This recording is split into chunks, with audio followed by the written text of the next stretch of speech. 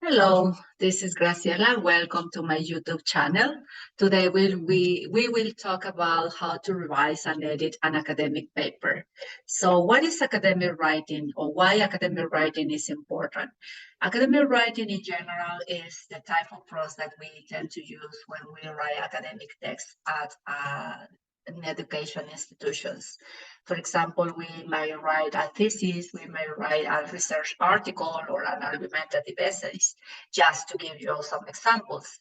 And it's important because academic writing is involved in these texts, and it is through the writing of academic texts that many students and scholars are evaluated to pass a degree or to have access to economic incentives or to have access to a higher position at their institutions.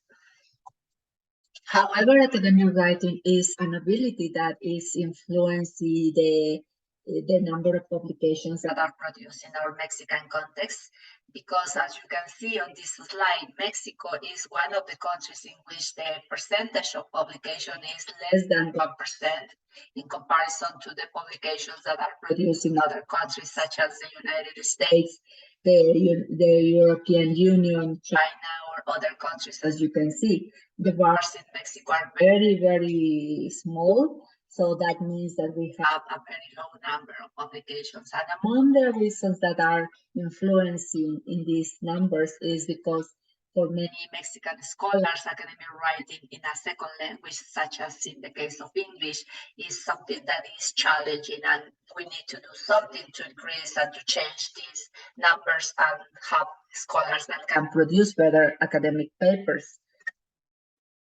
The number of publications that are produced by Mexican scientists are 26% of those publications are produced by scholars who are part of the maximum house of studies in Mexico, which is UNAM. And just in the year 2021, 4,784 publications were achieved in international journals. The international journals are those which are prestigious journals and that usually receive the papers written in English to have to achieve a wider audience internationally. The papers that you submit to those journals are subject to a peer review process, and the peer review process involves volunteers, experts on scholars who are knowledgeable in the topic that you are investigating. And those journals appear periodically and are positioning indicators within academic communities.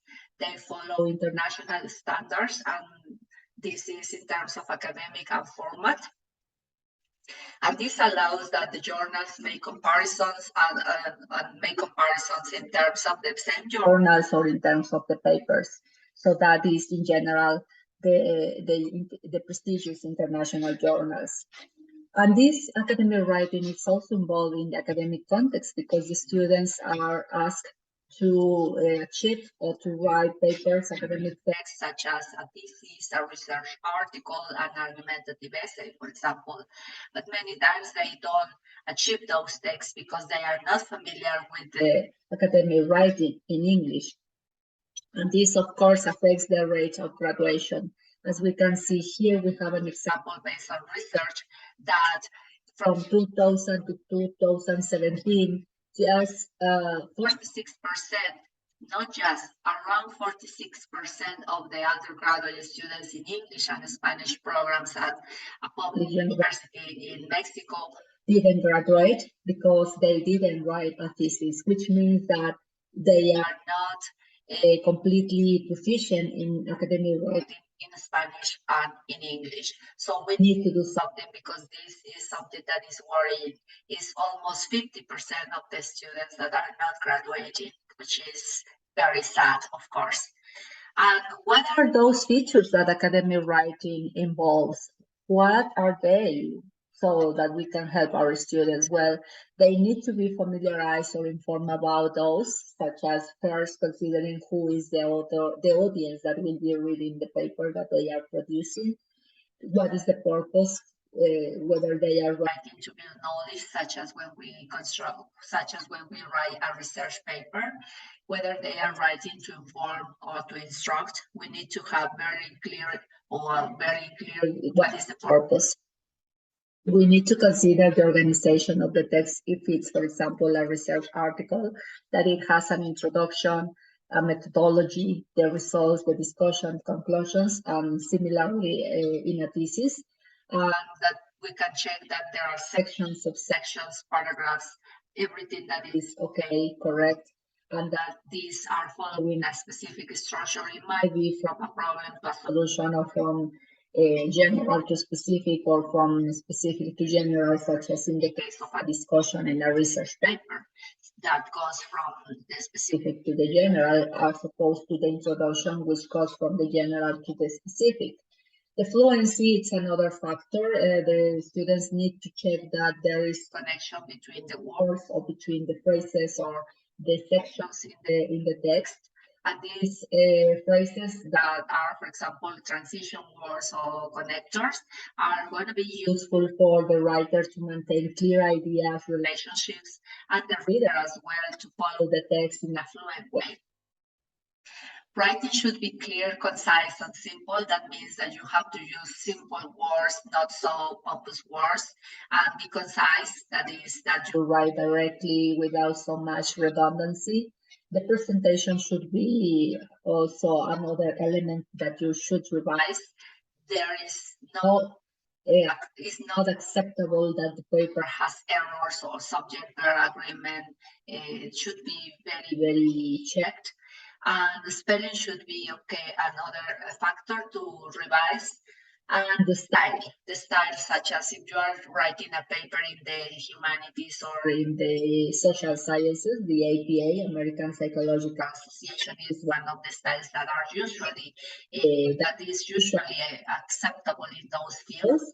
You should be consistent. If you are using that referencing style, you have to format all the paper using that style as well. You need to distinguish what is accepted in the academic field or what is not accepted in the academic field that you are immersed, and distinguish what is or what is not academic writing. So what in the next slides, I will show you two different texts, and you will tell me which of the following texts is not an example of academic writing and why. So here we have one text. As you can see, some sections are highlighted in yellow. And it is starting with in the English for specific purposes, and then we have an acronym in parentheses followed by a comma. When you start a sentence, usually with a prepositional phrase, for example, you will end that prepositional phrase with a comma and then continue with the next sentence. And if you're using an acronym, you have to introduce it first, and then in the subsequent, you will use the acronym as we can see it here. Or as here, systemic functional linguistics, we have the acronym here, and then we use the acronym in the following sentences where we are going to use it. If we are writing a text that is, for example, part of the introduction or the literature review, usually we write those sections in present tense. So we have verbs here in present that are highlighted in yellow. There is some kind of a structure, as you can see. It says involving 5 stages. So we have A, B, C, D, E, which is indicating the 5 stages. And there is a sentence here that is one idea at a time and is followed by some examples in order to make clearer the idea or to support that idea. So it is also using citations in text, and these citations are written in a Modern Humanities Research Association style, which includes the citation, and then at the end of the citation, you will write a number so that the reference appears as a footnote at the bottom of the text. So here you have some comments that I wrote, such as that the text is written with double space because it was required in that form. The text is justified, as you can see here. The organization is using some parentheses, for example, there. There are some questions that are indirect because in academic writing, you cannot write direct questions. Most of the times, not always, but usually you use indirect questions, which are with the question word, then the noun, and then the verb. There are numbers inserted at the end of the citations, as we said here. And there are some resources or some citations that are included at the bottom. So those are some of the features of this text. And here we have another one with some sections highlighted in green and some in yellow. The green sections are examples of the issue or the feature of this text. In general, we can see that there are some imperative verbs, there are some clichés, raining dogs and cats, there are phrases such as lot so, there are some contractions such as I am or is, there is an informal greeting such as hi, there is some informal closure with 3x, the initials of the writer of this text, which is a CH. There is at some point that is a phrase that is not specifying what is exactly at some point in time. There are some phrasal verbs such as keep in touch, which are composed by 3 words. Well, a verb and a preposition and another verb or noun in some occasions, or take care of, that is another phrasal verb. So there are different features that are usually not considered appropriate to be included in an academic text, such as the previous one, such as in this one, which doesn't use many of those features that you can identify in an informal academic text. And this informal academic text is not addressing a scientific topic, it's not including references at the bottom or in text, and the organization is not quite strong, is a little or quite weak, and it's just a text that was written probably from a friend to another friend, and that's why it's informal. So the main distinction is that the academic text is usually following the formal style, whereas the informal is more flexible, more less formal than the academic one, as you saw here. So this is in fact the academic text and some of the features that might be included in those texts. So how we can achieve that type of academic text? Well, we need to be informed. There are different strategies, and one of those is to be informed about the writing processes. We learned about planning and drafting in our previous videos, and today we will focus just on revising and editing. And remember that the academic writing, or well, the writing processes are not linear or sequential. They occur in a dynamic way or in an iterative way, which means that you will be writing and moving back and forth as needed. So you may draft and then revise and then again read and revise or edit. So they will be, you might do different changes during the whole process. So the focus, as I said, is revising and editing, and a little bit about proofreading. So what is exactly revision? Revision, as its name says, re means again, and vision is to see. So in general is improve what you wrote through revision. And it's suggested that you set your writing aside for a day or more, so that when you return to read it, see it in a different way, and that you adopt the role of a reader rather than the author or the writer of the text, so that you can see it in a different way. So when you are adopting the role of a reader, you will ask questions such as, is it clear? Is it interesting? Does the text accomplish its goal, or does the text section accomplish this goal, or a sentence or an idea accomplish the goal that you are trying that it accomplishes?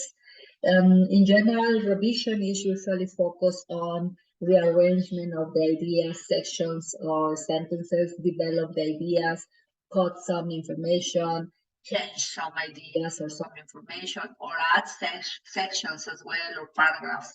So that is not completely focused on linguistic elements, as is the case of the edition process. Some of the aspects that you might revise are, for example, in terms of structure, the headings, subheadings, the interline, the design of tables, of figures, the one idea per paragraph, for example, that the text covered specific or mandatory sections, such as in the case of a research paper, which is an introduction, the methodology, the results, the discussion, and then the conclusions, or in the case of an essay, that it has an introduction, some body paragraphs, and then the conclusions. You can also check the adequate symbols in the case that you are conducting a quantitative study, that the statistics and numbers are reported in a way that is structured correctly. You can check the content, that the content is accurate. How you can verify that the content is accurate is that you include the citations of the sources that you consulted when writing the text, that the language is not ambiguous, and that you don't use words that might be having a different meaning in a different context. Try to use words that are acceptable or meaning something similar in the context where it's read the text or the text is read. Avoid the use of generalizations as possible unless that you are giving evidence about those generalizations.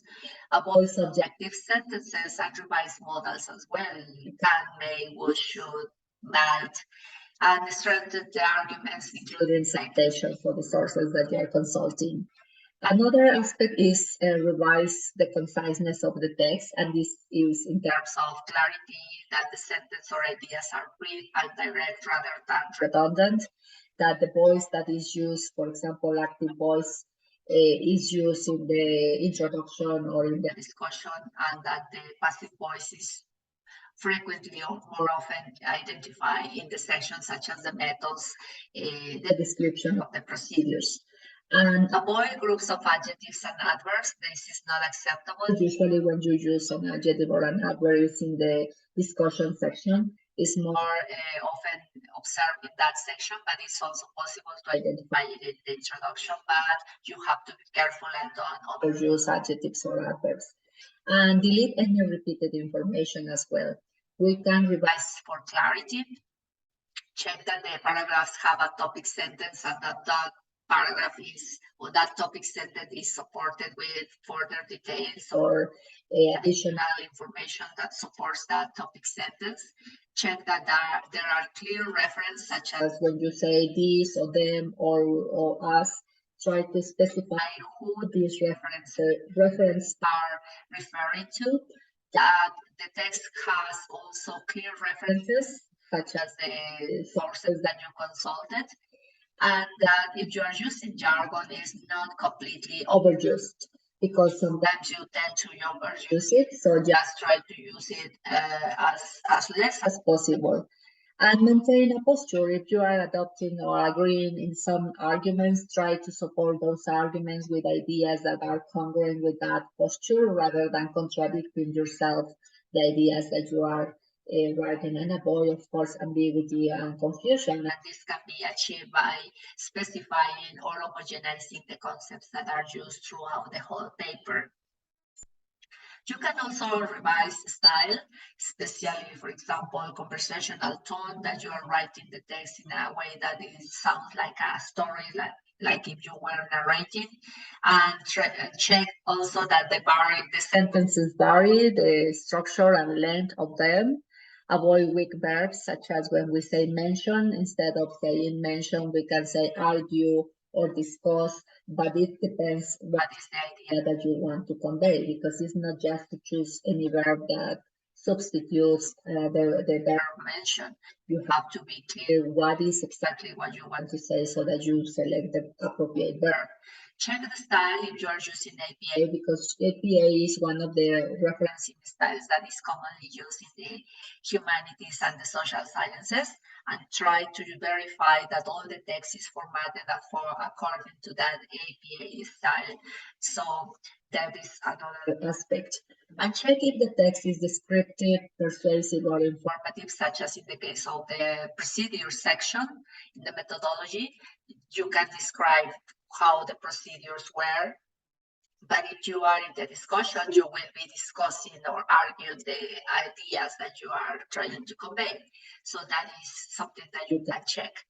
And in terms of edition, as we said, revision and edition are not the same. Edition usually is focused more on aspects related to the language, such as on grammar, spelling, punctuation, and word choice, for instance. So you can edit the text to avoid run-on sentences. The run-on sentences is when you have more than one idea in just one sentence and you are not using spelling or, sorry, punctuation. Run-on phrases such as etc. and so on. Instead of saying etc., say the last name of the item that you are listing, for example.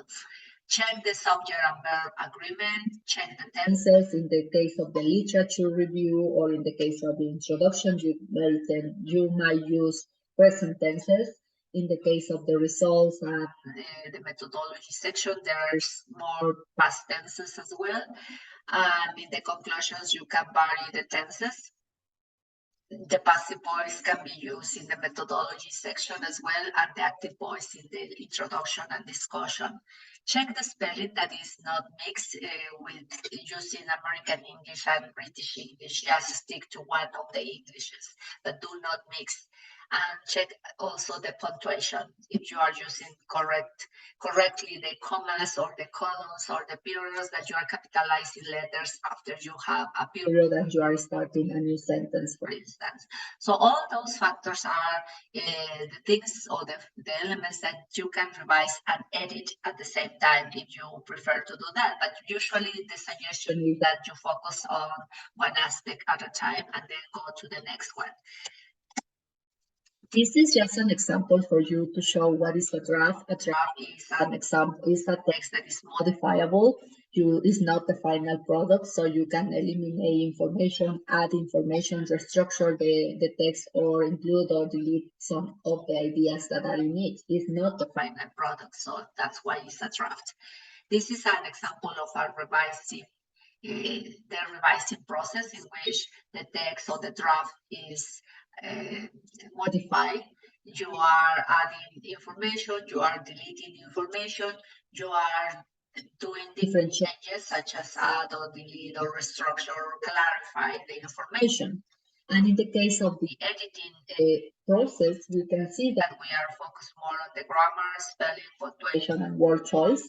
As you can see here, I am highlighting punctuation in the citation that we have here, and that the noun teaching has a verb interperson with a letter S at the end because of the present tense that is used in this section of the introduction and literature review. Of course, we can use past tenses as well, but we have to be careful about when we use those tenses.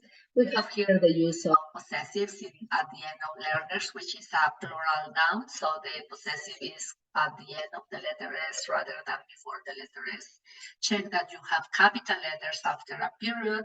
And the citations are in parentheses, the year of the citation. So those are aspects that we can edit in a paper. After you have edited the papers, you will ask or look for a proofreader. And the proofreader might be a student or a professor in the field that you are immersed, and a person that might be from the humanities or the languages department who are knowledgeable about the English language, so that they read your paper and you know whether the paper is clear for them. And if it's clear for them, it might be clear for others as well. It's possible that they will give you some feedback. Please take into account that feedback and try to revise again the text and do the changes that are needed. Remember that you are in total control of the text because you are the responsible person of the final product. But take into account some of this feedback. Reflect on the feedback, amend the paper, and revise again. When you have done that, the paper will be ready to be submitted. And just remember that when you submit the paper, it will be accepted, or it will be neglected, or it will be returned with minor or major corrections. Just try to be patient, do the revisions, additions, and amendments, and then submit again. Just remember that the reviewers are people who are helping you to refine the paper. Do not take the feedback personally. Just consider it as a constructive feedback, because that is constructive feedback. They are trying to help you so that you achieve the publication of the research. So now it's time to practice, and as we have just a couple of minutes, I will show you just an example about that. This is a draft, as we said, is not a final product, it's a text that can be modified. There are some errors in it. There are some citations that do not include the year. There are some sections that are using acronyms, but the spelling in the word English is a capital letter and is not considered. There is a citation that is not included the year here. There is the number 3 that is written with a figure rather than in font. There is the use of some ordinal numbers in one part here, as you can see first, but I don't see the second. So if you are using ordinal numbers, try to be consistent first, second, third, etc. When avoid the use of random phrases such as etc. Try to avoid the use of as well at the end, because as well is usually used in more conversational communication or discourse. And another thing is that if you are using on the other hand, there should be on the one hand previously said or addressed. So if you are using it here is because before there was on the one hand. There is another issue here. You are using the ampersand rather than the conjunction and. The conjunction and is used in text, and the ampersand usually goes when you are using APA style and in parentheses between the names of the scholars, well, the initials or the last names of the scholars that are in parentheses. There is another issue here. We have the number of pages. We have 3 and 4, and we have just one letter P, so just double the P and write 3 to 4. Sometimes you write a number if you are paraphrasing information, so you need to do the pages. But if you are not paraphrasing and you are writing just an idea and acknowledging the scholar, avoid the pages, just the scholar and the year. It will or it might vary depending on the referencing style. So this is just based on the APA style. So there are some of the issues that I just mentioned before. Here they are highlighted. It's something that you might do, highlight all those weaknesses that the text is including, so that when you finish all these revisions, you start making or doing the changes in the new version.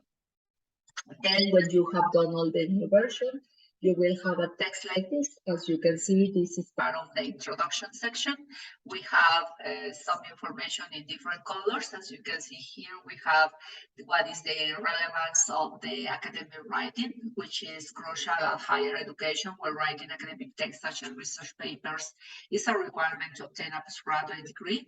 Then we have some scholars like Lander and Corcoran in 2017 who have claimed for more research from a social perspective. Then we have some aims here and supported with literature such as Ramos, Holguín, Peñaros, Arrayón, 2020. Then we have to address those aims, we will use narrative inquiry, that is the methodology. Again, we have some acronyms that are here but were introduced previously. English now is with capital letter. We have some information about the participants and then the context. So in general, those are some of the parts that should be included in the introduction. Of course, you should be aware that this is just a very small paragraph because of the purpose of this presentation of this tutorial online. But writing the introduction is a short text that is complex to do it. So now you have an idea about it. So in general, this is the structure that section follows. It's topic relevance, then we have some claims, then we have the aims, then we have the methodology, the participants, and the context. That is what we have here highlighted in different colors, as you can see. So that is in general the academic paper. This is one of the drafts that was previous to the final edited text. And we have also here some comments such as there was information repeated 3 times. It was some information that was redundant. There were some contractions which are not acceptable in academic writing. There were some spelling mistakes, and there were some subjective sentences in the draft, so you don't have to do that in an academic text. So that is in general what is academic writing and how you might revise a text. Just try to take into account all these suggestions and strategies and use what is useful for you.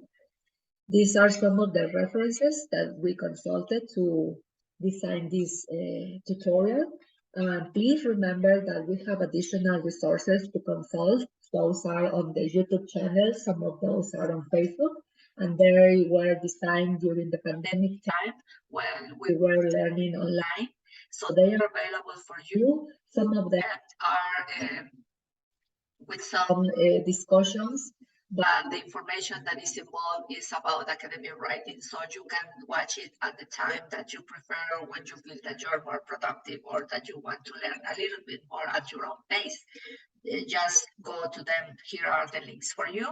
And at the end, when you have done the revision and the proofreading and the edition, the paper will be ready to be submitted, and it's more possible that it will be accepted or it might be returned with major or minor corrections. So just as I said, try to revise again and resubmit, and check that you cover all the journal specifications that this journal is asking you to do. Otherwise, your paper will not be accepted. So in general, as an activity, you will, if you are writing a paper or if you have a draft at the moment, try to apply the knowledge that you gained during this tutorial, and just to focus on one section at a time or one paragraph at a time of the research article or a thesis, and try to reflect on the revisions and editions that you do to refine that draft. And then ask a friend or a professor to read the paper and play the role of a proofreader and revise and edit again if it's necessary and based on the feedback that you receive from them. So thank you very much for attending or for watching this video, and just don't forget to give thumbs up to this video, because this will inspire us and motivate us to continue producing this type of tutorials for you, which are completely free. Remember that we have the codes here that you can scan so that you go directly to my YouTube channel, and please share the video with your friends, with your professors, with your students, and please subscribe to my channel, because this will be something that I consider in order to produce more videos. Thank you very much, and that's it. Thank you very much.